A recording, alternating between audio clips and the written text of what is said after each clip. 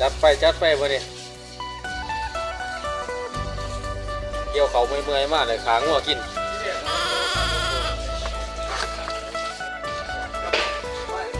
ลูกพี่เซยมันขางัวบ่เนี่ย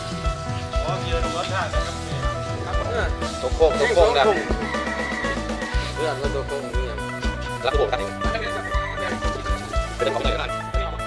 ขางัวเลยขางัวเสี่ยวกินขางัวเสี่ยวกินมาเนี่ยมาหอดกันบุพี่ครับไปลงแล้วครับช่วยจุพี่น้องมาเนี่ย